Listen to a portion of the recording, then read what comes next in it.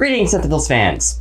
Just like Choke Point, Ambuscade was intended to be a somewhat difficult fight, but he ended up being one of the easiest villains in the game. So let's talk about him. I will say, even though these villains are easy, they aren't bad. Sentinels has enough modularity that difficult games can be made easy, and easy games can be made difficult. It is a bit easier, however, to make the game harder for yourself by implementing heroes that are unsuited to those villains, or environments that make those villains more dangerous. And of course, the extra difficulty settings add a lot of challenge as well. I generally prefer playing easier villains but with difficult circumstances, as it allows me to play around with the game a lot more. Ambuscade is almost ideal for testing out heroes and environments, since there's no real rush when fighting him, unlike a certain glorious jerk. Ambuscade is a big game hunter, who is hunting the most dangerous game, which is obviously superheroes. He sets the standards pretty high too, targeting Haka as a prime trophy. As I have discussed in a previous video, Ambuscade is all about preparations, traps, and ambush tactics. In terms of his deck, this translates to a fair amount of targets, a few one-shots, a bunch of cards that reshuffle his deck, remember these will be important later, and one card that can completely turn the tables. The front side of his character card is pretty standard. Aside from setup rules placing a few devices down at the beginning, all he does is shoot the healthiest hero. We will take a look at his flipped side later. The targets in Ambuscade's deck are pretty simple. First, he can easily summon any of these with Armed and Dangerous. The turret and the gun simply deal damage. The Sonic Mine can make for a frustrating trap, preventing heroes from dealing more damage if destroyed. It's good to avoid this card, but heroes with area of effect attacks might not appreciate it.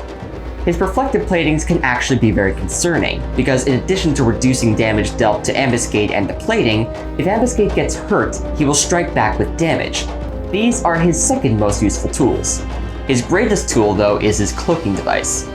By itself, all the cloaking device does is flip Ambuscade's character card, but that can make a big difference for him. On Ambuscade's flip side, he attacks the weakest hero and he is immune to all damage. He stays on his flip side for as long as the cloaking device is still in play, and even when it is destroyed, he stays flipped until his next turn. So if the cloak is there, it guarantees at least one round of safety for him. In any other deck, this would be a devastating card, but in Ambuscade's it's just a minor annoyance. You see, he's not very damaging.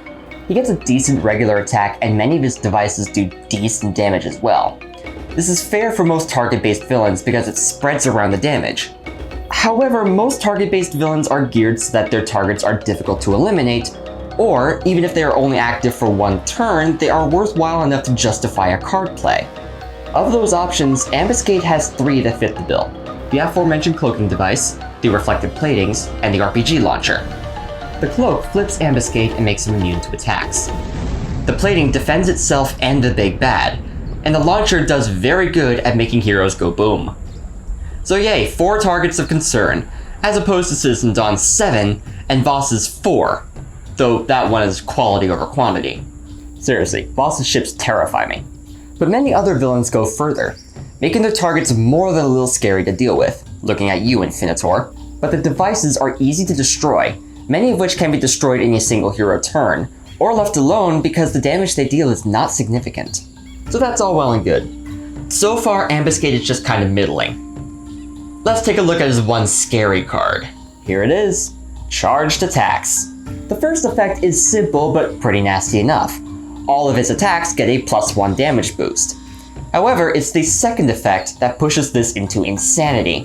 When any device is destroyed, Ambuscade attacks everything for 2 damage, increased to 3 because of the boost. So this means that he hits all heroes, himself, and most importantly, his other devices this way. This frequently causes a cascade, where the destruction of one device causes the destruction of another, which causes the destruction of another, and now your heroes are caught in an explosion of epic proportions.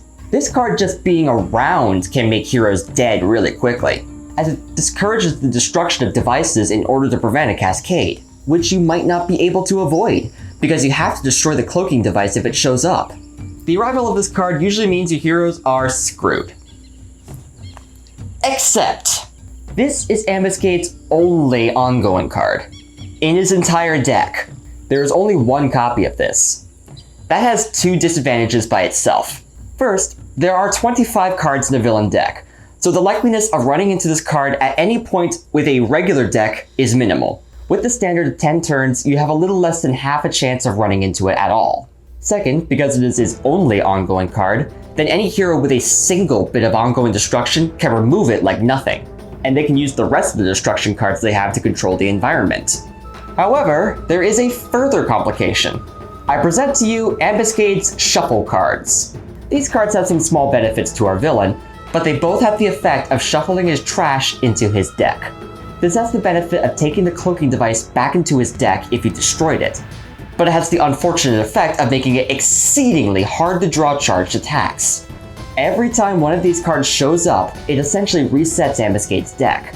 For the purposes of getting the cloaking device and the other targets, that is fine because there are summon cards for those. For charged attacks, an ongoing card that can't be summoned by Ambuscade, resetting his deck makes it much less likely to find it. And there are 4 of these shuffle cards. You have at least a 16% chance of running into one of these on any given turn, whereas you have about a 4% chance of running into charged attacks. Now both of these percentages increase every time a card is drawn, but they reset again every time a shuffle card shows up. So this card has a tiny chance of showing up at all. And when it does, it is pretty easy to get rid of unless you are very unlucky and don't have easy access to ongoing destruction. In fact, the importance of the cloaking device makes it feel like Ambuscade is more designed to stall out his opponents than in actually taking the fight to them. He has a few damaging cards, but not a whole lot. He has no way of breaking hero setup, and most of his setup cards are easy to destroy.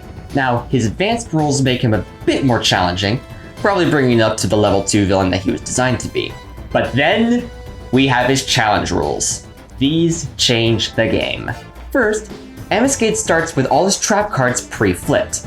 The trap cards are essentially one-shots on a delay. They are decent damage, but they are not usually a problem. They only need to be revealed in order for the traps to go off, so they only cost their initial card play. Starting with them all pre-flipped means that Ambuscade gets a bunch of free burst damage, and if he plays Armed and Dangerous, any trap he finds along the way gets set off. But then, C&A decided to put something else on top of that.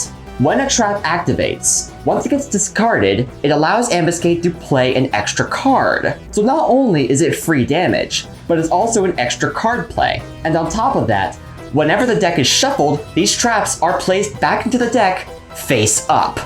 This is bonkers. First, there are 4 traps in Ambuscade's deck. So assuming you don't run into the shuffle cards, Ambuscade not only tosses his 4 traps into the discard, but he also plays another 4 cards on top of that, sometimes in succession. So on any given turn, there is a possibility that Ambuscade could drop 5 cards at once, in addition to the damage the traps are already doing, in addition to whatever his devices are doing as well. And if you think you are safe, remember the 4 shuffle cards. Any of them can show up and reset his deck, putting the traps right back in. And even better, the ability to discard 4 cards and play 5 cards on any given turn significantly increases the odds of drawing charged attacks. Like, guys, I get that Ambuscade was not intended to be easy, but this is overkill. This is a heavier power scaling than from going Captain Cosmic to Requital Cosmic. This is taking a difficulty 1 character and blasting him right to difficulty 4. Mr. Chomps can't take this kind of pressure, man. So in effect, Ambuscade is a very low-level threat normally.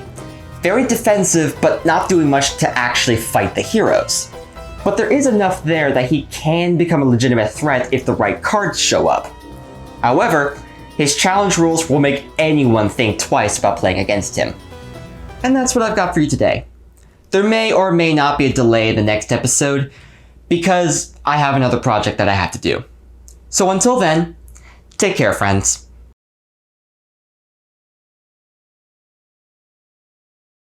This frequently... It's me. For a second I thought you were the cat. No. I was wondering if you were done recording. No, not yet. No, not yet.